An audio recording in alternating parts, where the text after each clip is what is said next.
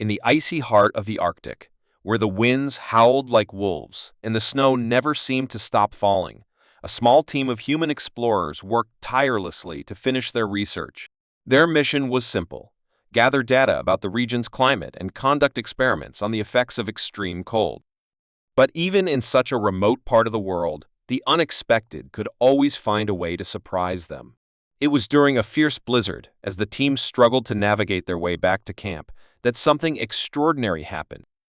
The storm had been relentless for hours, the visibility so low that even the towering snow dunes seemed to vanish into the white void.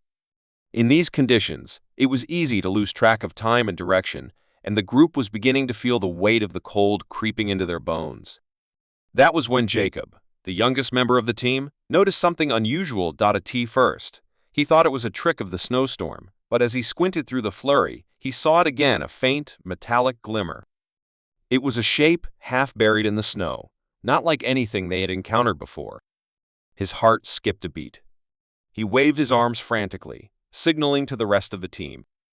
"Over here!" he shouted above the wind. The others gathered quickly, their breath visible in the freezing air, but they, too, were uncertain at first. It didn't take long, however, for their curiosity to overpower their caution. The shape was too odd to ignore, too out of place in the middle of the wilderness. They dug through the snow, their hands numb from the cold, using the tools they had for digging into the ice. Slowly, as they worked together, they uncovered more of the object, a smooth, metallic surface that seemed to shimmer with an unnatural glow. It was unlike anything they had ever seen, far more advanced than any technology known to man. The object wasn't large, about the size of a small car, but it was strange and out of place in the harsh Arctic landscape. It had no visible seams or markings, and its surface appeared to ripple slightly, as if it were alive. Jacob, ever the curious one, was the first to suggest that they investigate it further. "What if this is some kind of crash?" he asked. "Maybe it's a satellite or something." But Dr. Sarah Voss, the team leader, had a different idea. She wasn't so quick to jump to conclusions. "Let's be careful," she warned. "Whatever this is, it's not something we've seen before." She had seen many strange things during her years as an explorer, but nothing quite like this. The metallic surface seemed to pulse softly, and the more they dug, the more it seemed as if the object was calling to them, its presence pulling them in like a magnet. Once they had uncovered enough of the object to reveal its shape fully, they saw that it was not just a piece of metal, it was a capsule, sleek and compact, with strange etchings along its surface. These markings weren't like anything they had seen in any known language. They had no letters or numbers, only patterns that seemed to shift when looked at for too long, as if they were constantly changing. The team stood back, uncertain of what to do next. Dr. Voss stepped forward, her breath clouding in front of her face, her mind racing. "We need to get it back to the shelter," she decided. "We can't make any judgments out here in the storm." But even as she said this, she couldn't shake the feeling that they had just stumbled onto something far bigger than they could have ever imagined. The object was unlike anything Earth had ever produced, and its purpose, whatever it was, remained a mystery. The trek back to their research base was slow and treacherous. The storm hadn't eased, and the snow continued to fall in sheets, covering their tracks and blurring the horizon. The capsule was heavy, and moving it through the snow was a struggle, but they managed, working together to get it inside their shelter. As soon as they arrived, the temperature in the cabin seemed to drop even further, and the team huddled together to warm up. The atmosphere was tense. Everyone knew this discovery could change everything, but no one knew how. They placed the capsule in the center of their camp, the small, warm light of their fire casting flickering shadows against its strange surface. Everyone gathered around it, unsure of how to proceed. Dr. Voss examined the capsule closely, her fingers brushing over the markings. "I've never seen anything like this," she murmured. The team scientist, Adam, who was busy setting up scanners, looked up. "This is not from Earth," he said, his voice filled with awe. "The material is unlike anything we have. It's lightweight but nearly indestructible. And these patterns, it's like the surface is alive." Before anyone could respond, the capsule began to hum faintly, as if reacting to their presence. The sound was barely audible over the storm outside, but it sent a chill down their spines. They exchanged uneasy glances. Adam quickly stepped back, his scanner beeping rapidly. This is insane, he muttered. There's some kind of energy coming from it, but it's not electrical. It's almost like it's reacting to us. Dr. Voss knew they had to open it. The temptation was too great, and they needed to know what lay inside. Prepare yourselves, she said. Whatever's in there, we have to be ready for it. But just as she spoke, the capsule seemed to shift again. The hum grew louder, the surface glowing brighter. The strange etchings on the exterior began to twist and turn, forming a pattern that, for a moment, almost seemed to make sense. Then, without warning, the capsule's hatch opened. A sudden gust of cold air rushed out, and everyone recoiled in surprise. Inside, lying motionless, was an alien girl, no older than a teenager. Her skin was unlike any human's, almost translucent, glowing with a faint blue light. Her eyes, large and black, looked almost human, but they held an intelligence that felt ancient and far beyond anything humanity had achieved. She was unconscious, her body trembling from the cold but alive. The team stood in stunned silence, the weight of their discovery settling on them. Dr. Voss knelt beside her, checking for signs of life. "She's alive," she said softly. "But we need to keep her warm." Now, the team scrambled to get blankets and gear, pulling her close to their warmth. They were at a loss for what to do. Who was she? Why was she here? And what did this all mean? The storm raged outside, the snow falling faster than ever, but inside the shelter, the team knew that they had just crossed a threshold from which there was no return. They had discovered something far beyond their understanding, a being from the stars. But they also knew one thing for certain: if they didn't act fast, this alien girl wouldn't survive. The cold was too harsh, and she was too vulnerable. As they gathered around her, sharing their warmth, they couldn't shake the feeling that this was just the beginning. Whatever had brought her here, they had no idea. But one thing was clear: they had a responsibility now, and they would protect her whatever the cost. The days following their discovery passed in a blur of frantic care and uncertainty. The storm outside raged on without mercy, trapping the team in their shelter. Inside, however, there was a quiet tension that permeated every corner of the cabin. Dr. Voss and her team worked tirelessly, doing what they could to keep the alien girl, whom they had come to call Lyra, stable. The odd glow of her skin was dimming, her body cooling with every passing hour, and they feared she might slip away from them if they didn't act quickly. They had no idea how to treat her, but they did their best to keep her warm and hydrated, wrapping her in every blanket they had, their breath visible in the air from the freezing cold outside. It was Adam, the scientist, who noticed it first. As he checked the strange readings on his equipment, he saw a flicker of something unusual coming from Lyra's body. Her temperature had stabilized, but her pulse was beginning to fluctuate. The glow beneath her skin, so faint before, was now pulsing gently, like the soft beat of a heart. Adam immediately called the others over, his hands trembling with the realization that she was not only alive, but changing. Lyra's eyes snapped open just as the team huddled around her, startled by the sudden movement. Her pupils were wide and black, and for a moment, the team felt as though they were staring into the vastness of space itself. It was both terrifying and mesmerizing. The team instinctively stepped back, unsure of what to expect. The alien girl was breathing now, shallow at first, but she was breathing, her chest rising and falling in a steady rhythm. Dr. Voss, ever the leader, took a cautious step forward, her voice soft. "It's okay. You're safe. We're here to help."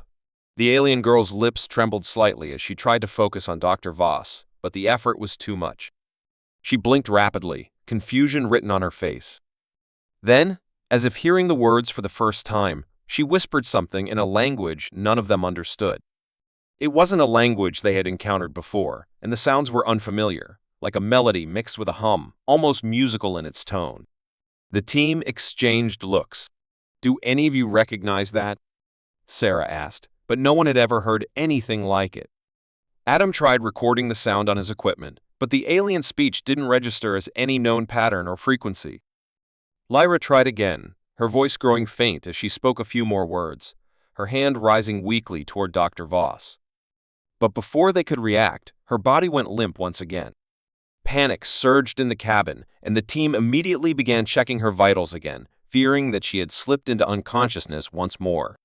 But to their surprise, Lyra's eyes fluttered open again, and she seemed to look directly at Sarah. This time, it wasn't with confusion, but with a deep, almost knowing gaze. It was as if she understood them now, or perhaps as if she had always understood them. Suddenly, there was a sensation that none of them could explain, a low hum, a vibration that seemed to fill the room. It was subtle at first, almost imperceptible, but it grew stronger as Lyra's eyes locked onto Dr. Voss. Then, as if in response to an unspoken question, Lyra began to communicate, not with words, but through a sudden influx of images, emotions, and thoughts directly into the minds of the team. It was a sensation unlike anything they had ever experienced. The flood of images of war-torn landscapes, of explosions ripping through cities, of a once peaceful people running for their lives, struck them all in a way that left them breathless. They could feel her fear, her despair, and the overwhelming grief that weighed on her fragile mind. They saw flashes of her homeworld, a place of beauty and advanced technology, now destroyed by an unknown enemy. But the most chilling image of all was one of the alien ships, massive, dark, and foreboding, pursuing her across the stars, relentless in their chase. Dr. Voss was the first to break the silence, her voice trembling. Who are they? Who's chasing you? Lyra's expression shifted, and she gave them another powerful image. This one of the enemy, a race of beings who called themselves the Kaltu. They were warriors, ruthless, calculating, and advanced in ways humanity could barely comprehend. They had destroyed Lyra's civilization, wiping out everyone she knew in an act of merciless conquest. The Kaltu had taken no prisoners, and now they were hunting Lyra, the last survivor, across the galaxy. Lyra's thoughts turned frantic as she projected another image, one of her fleeing her homeworld, escaping in the last remaining ship, which had crashed here on Earth. Her escape had been an accident, but she had hoped to find refuge, a place where she could hide. She knew nothing of Earth, nothing of humanity, but something about this place had seemed different. Perhaps, she thought, they would help her. The team was stunned. There were no words that could immediately make sense of this. They had found an alien, yes, but now they had learned something far darker. This girl, this alien, was not just a victim of circumstance. She was the last of her kind, and her pursuers were coming. For a few moments, no one spoke. The weight of her memories, of the destruction she had witnessed, hung in the air like a heavy fog. Then, Adam spoke, his voice barely above a whisper. Are we supposed to just let her die? His eyes met Sarah's. The Keltu are coming for her, aren't they? Dr. Voss nodded grimly. They'll stop at nothing to find her. We need to protect her. She turned to the team, her expression hardening. We need to figure out a way to fight back. The realization hit them all at once. They weren't just dealing with an alien girl anymore. They were dealing with a war that had found its way to Earth, and they had no idea how to defend themselves. Lyra, sensing their resolve, looked up at Dr. Voss again, her eyes wide with a mix of fear and hope. She didn't know them, didn't understand them, but somehow she trusted them. And in that moment, Dr. Voss made a vow. They would protect Lyra, no matter the cost. The storm outside continued to howl, but inside their shelter, the team was united in purpose. The Kaltu were coming, and they would not let Earth fall without a fight. As the days passed, the wind howled relentlessly outside their shelter, trapping the team in a small, isolated cabin at the edge of the world. The reality of their situation was sinking in. The girl they had found, Lyra, was not just an alien refugee. She was the last hope of an entire civilization, hunted by an unstoppable enemy. Dr. Voss and her team had no time to waste. They had to prepare, not only to protect her, but to understand the technology she had brought with her. The Keltu, the warlike race that had destroyed Lyra's world, were not a force to be taken lightly.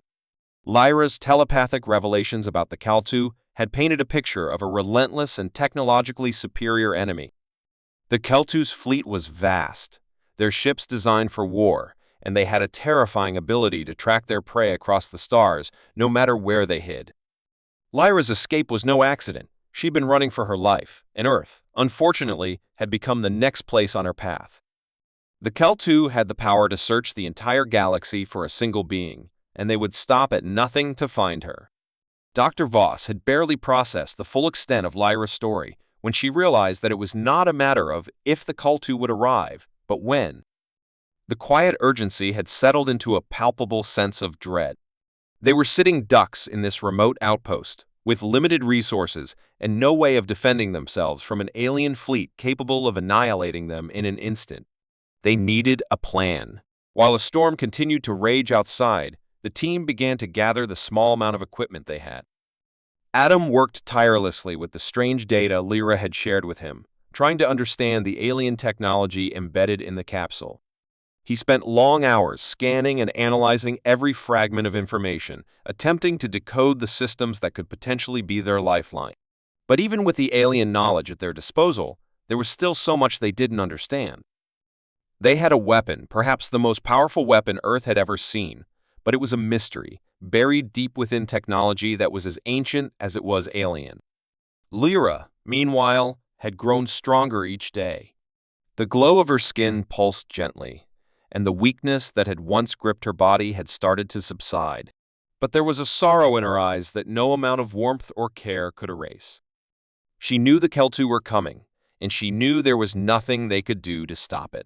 The terror of what awaited her, the ship-sized war machines, the soundless battles in the stars, and the finality of her people's destruction was overwhelming. But through it all, she also knew that Earth's people had not turned their backs on her. The tension in the cabin was unbearable. As they worked, Sarah Voss tried to remain calm, her thoughts focused on one thing: survival. But deep down, she knew that every second counted. The Keltu would not be delayed by snowstorms or isolation. They had the technology to track down even the faintest of signals across the universe, and Lyra had given them more than enough information to follow.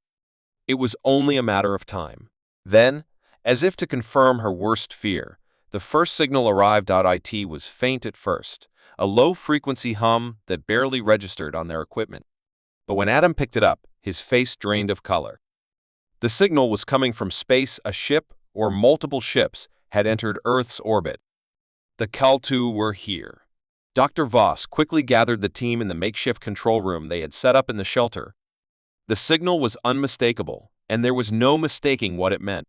The Keltu had found them. Adam typed rapidly on the terminal, trying to locate the ships. The scans were fuzzy, but there was no question now the Keltu fleet was near. "They're here," he said grimly. "We don't have much time." "How much time?" Dr. Voss asked, her voice steady despite the panic rising inside her. Adam paused, running calculations. "Less than 48 hours. Maybe? They're tracking us." The weight of the news hit them all at once. They had thought they had more time to figure things out, to understand the alien technology and devise a plan to fight back. But now, with the Keltu ships in orbit, they were running out of options. "We need to get out of here," one of the team members, Lucy, said quietly. "We can't just stay here and wait for them to come down." Dr. Voss shook her head. "If we leave now, they'll just follow us." "No. We stay here, but we prepare. We need to use whatever advantage we have." Adam, his mind still racing through the possibilities, looked up from his screen. "The alien tech. It might not be much, but it's something. If we can figure out how it works, maybe we can disrupt their tracking systems. At least give ourselves a fighting chance." That idea was enough to give them hope, however small. But hope came with its own dangers. The Keltu were relentless, and they had the capability to track down the smallest of signals, even those that seemed to disappear into the void of space. If they activated the alien tech, there was a chance it could be traced back to them. Yet, doing nothing wasn't an option. The Keltu would find them regardless. The team discussed their options. Lyra remained still, her face pale and strained.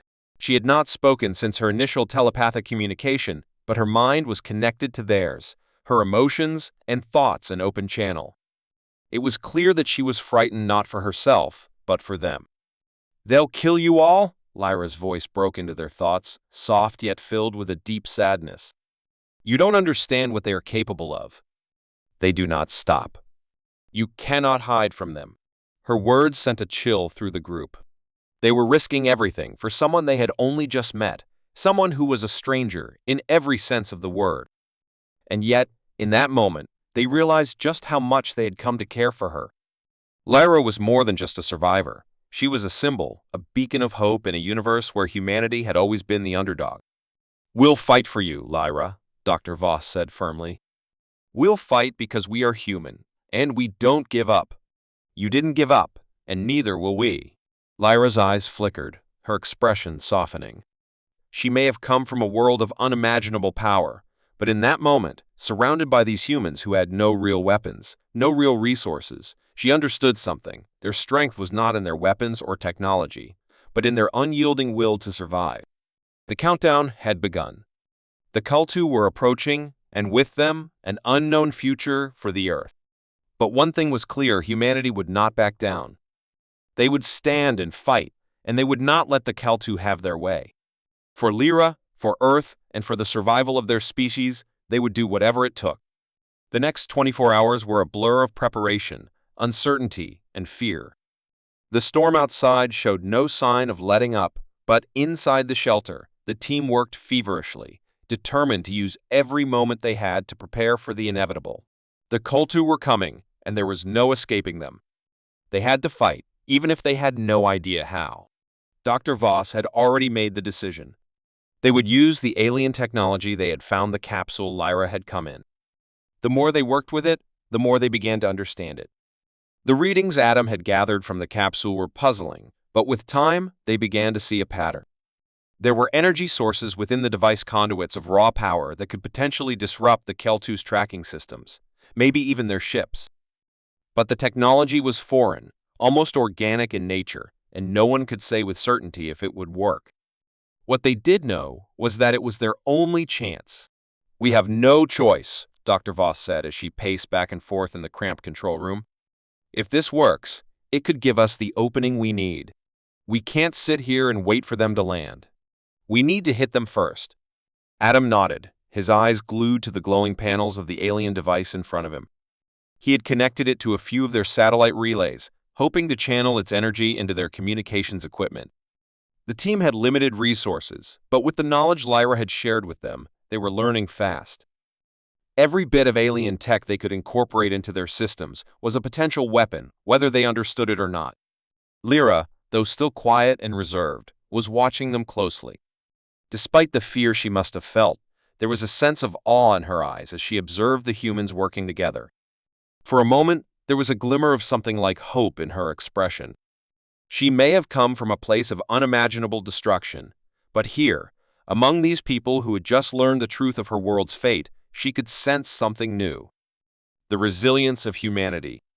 "We have to keep her safe," Lucy said softly, her voice filled with concern as she glanced at Lyra. "What if it doesn't work? What if this all fails?" "We can't afford to think like that," Dr. Voss replied, her tone firm. "We won't let it fail. We have to believe it will work. Lyra's trust is everything now. We can't let her down." The hours stretched on, and with each passing minute, the reality of the situation settled deeper into their bones. They could feel it, an invisible pressure closing in around them. The Kultu were out there, somewhere, and they were getting closer. The team had to finish what they had started before it was too late. The hum from the alien device began to grow louder as Adam adjusted the final settings. A low, eerie vibration filled the room, and for a moment the whole shelter seemed to pulse with energy. The lights flickered, and a strange, shimmering glow filled the air around them. Then, as if responding to the command, the device sprang to life. The glow from its surface intensified, casting long shadows against the walls. "That's it," Adam shouted, his voice tinged with disbelief. "It's working!" Dr. Voss rushed to his side, looking at the screen as the alien device began to send out a signal, one that was unlike anything they had ever seen. It was a pulse, sharp and bright, reaching out into the cold vastness of space. It wasn't just a signal, it was an interference, a disruption. If the Kel-2 ships were using advanced tracking technology to find them, this could confuse and scramble their systems. It was a chance, a slim one, but a chance nonetheless. Now we wait, Dr. Voss said, her voice steady despite the tension building in the room. The team gathered around, listening to the soft hum of the device as it pulsed into the unknown. They couldn't help but wonder, would the Kel-2 detect it? Would it throw them off course? Or would they arrive regardless, unstoppable in their pursuit of Lyra? Outside, the storm raged on, its howling winds creating an eerie soundtrack to their quiet. Anticipation. Time seemed to stretch indefinitely. The minutes dragged into hours, each one feeling like an eternity. But just as the team began to think that the pulse had either failed or gone unnoticed, a new signal came through the unmistakable sound of Kel-2 communication. The team sprang into action. The Kel-2 had detected the pulse, but instead of the ships retreating, as they had hoped, the signal grew louder, stronger, more insistent. The Kel-2 weren't confused by the interference, they were using it to pinpoint their location. They were adapting. "They've found us," Adam said, his voice tight with panic. "They've figured out what we're doing." The sound of a distant rumble vibrated through the shelter. The team rushed to the windows, looking out into the snow-covered wilderness. And there, against the backdrop of the storm, they saw two massive, shadowy forms descending from the sky. The Kel-2 had arrived. The sheer scale of the ships was beyond anything the humans had ever seen. They were vast, hovering silently, their dark outlines barely visible against the swirling snow. The storm, which had protected them until now, suddenly felt like a barrier, one that could no longer shield them from what was to come. "Prepare for impact," Dr. Voss ordered, her voice cold and clear. "Get to the defensive positions." The team scrambled into action, rushing to gather the few weapons and tools they had. There was no time for elaborate plans, only quick decisions.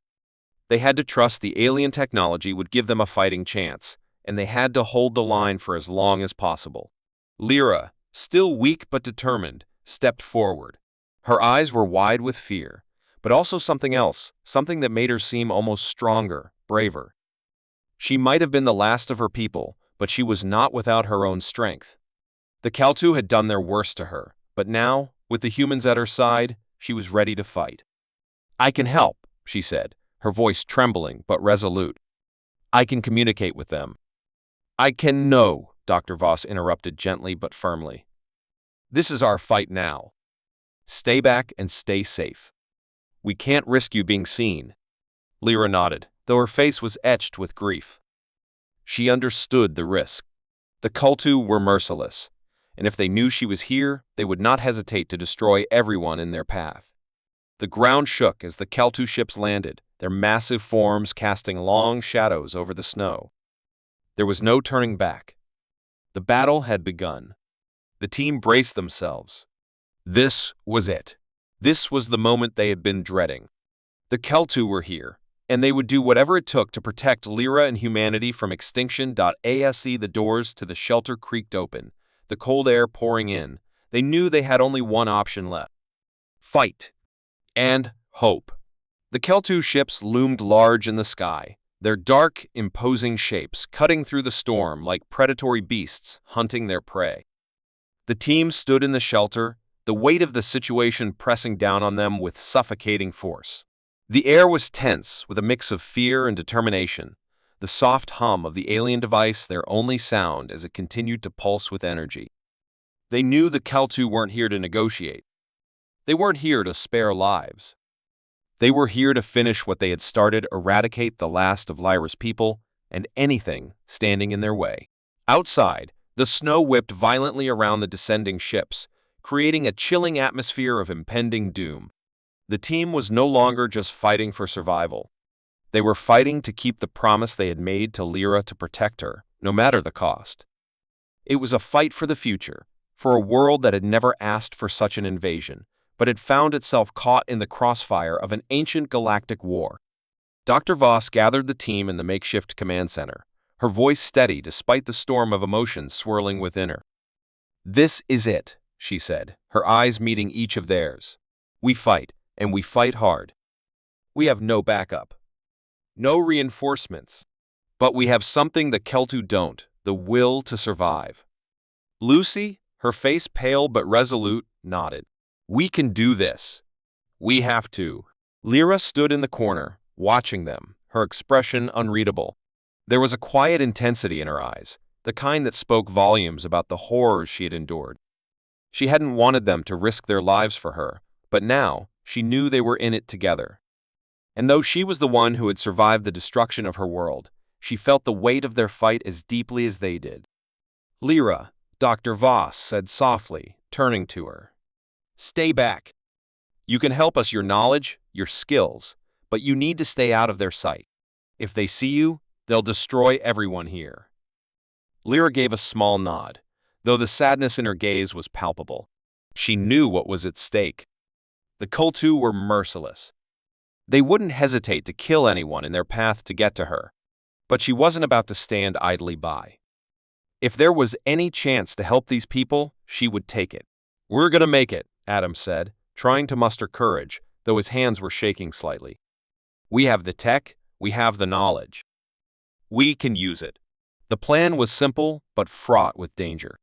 Adam had managed to tap into the alien device's energy signature, setting it to send out a jamming pulse directly at the Keltu ships. The signal would interfere with their tracking and weapons systems, creating a temporary blind spot just enough time for them to launch a counterattack. But the device wasn't meant for combat. It was a tool, a beacon, something meant to be used for survival, not war. And there was no guarantee it would work. The hum of the device echoed through the shelter, its energy steadily building to a crescendo. The Keltu were close, too close, and every minute felt like an eternity. Adam and Sarah worked side by side, calibrating the final settings, adjusting the power levels.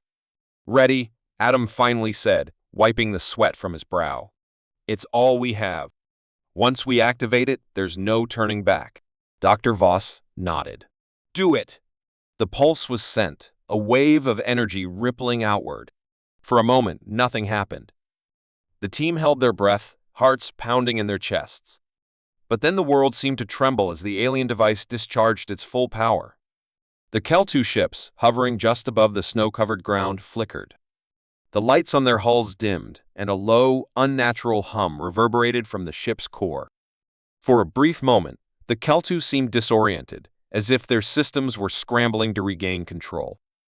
The team didn't hesitate. They rushed into action.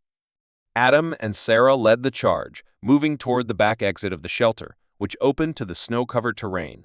The storm, though fierce, provided cover. They quickly set up what little weaponry they had, a mixture of makeshift explosives and EMP devices that could disable the Keltu's technology if they could get close enough. The first Keltu warrior appeared, stepping down from the ship. It was a terrifying sight. Tall, armored, and imposing, its skin an unnatural shade of gray, with eyes that seemed to glimmer with a malevolent intelligence. It held a weapon that pulsed with deadly energy, scanning the area for movement. Stay low, Dr. Voss whispered, her voice barely audible. Wait for the signal. Lyra stood at the edge of the shelter, her eyes fixed on the advancing Keltu. She knew they were close now. She could feel it. They weren't just here for the last of her people. They were here to make a statement. The Keltu didn't lose. Ever. Then, without warning, the Keltu warrior raised its weapon, aiming it directly at their position. It fired a blast of energy, and the explosion sent a shockwave of force through the air. The team ducked behind rocks, the blinding light of the blast searing their vision. But it wasn't just the blast they feared. The Keltu were relentless. More of them emerged from the ships, their weapons raised, ready to eliminate the humans who dared defy them. A shrill, high-pitched sound cut through the air, the result of the jamming signal still active. For a moment, it confused the Keltu, their systems overloaded by the interference. The human team didn't waste the opportunity. They sprang into action. Lucy threw the first EMP grenade, sending a pulse of energy that disabled the weapon of one of the Keltu warriors. It staggered, its weapon sparking with malfunctioning circuits, and the team immediately seized the opening. Adam fired the first shot, a direct hit to the Keltu ship's propulsion system. The ship lurched, its energy field fluctuating dangerously. The fight was chaotic, fast, and brutal. The Kultu were a formidable force, but the humans had the advantage of surprise, and they fought with everything they had. They were not trained soldiers, but they were desperate, fighting for their lives and for the life of someone they had come to care for. Lyra, though still vulnerable, stepped forward.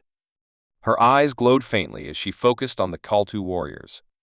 For a moment, the air around her shimmered, and a wave of telepathic energy surged through the battlefield. It wasn't much, but it was enough to send the Kultu reeling. They had underestimated her power. Now. Dr. Voss shouted, and with a synchronized effort, they activated the final trap. The alien tech exploded in a flash of brilliant light, sending the Kultu ships crashing to the ground, their systems overloaded beyond repair. The battle raged on, but the tide had turned. The Kultu were no longer unstoppable. They had underestimated humanity, and in doing so, had given the team the chance they needed to fight back. When the last Kultu warrior fell, silence descended over the battlefield. The storm outside still howled, but inside the team stood victorious. They had done it. They had fought against impossible odds and won. The Kultu were defeated, their ships disabled, their warriors scattered. But the cost had been high. The shelter was battered, and several of the team were wounded, though not gravely. Lyra stood at the center of it all, her eyes filled with a quiet, deep gratitude. She had lost everything, her people, her world, but she had found something here. Something she hadn't known she would ever experience again, hope. "We did it," Sarah Voss said, her voice filled with exhaustion but also an unshakable pride. "We fought. And we won." Lyra, for the first time since they had met, smiled. "Thank you. You saved me. You saved my people's legacy." And as the snowstorm began to settle and the first light of dawn pierced through the clouds, the team knew that the battle for Earth might be over, but the war, the struggle for survival, was just beginning. And they would stand ready, together, no matter what came next.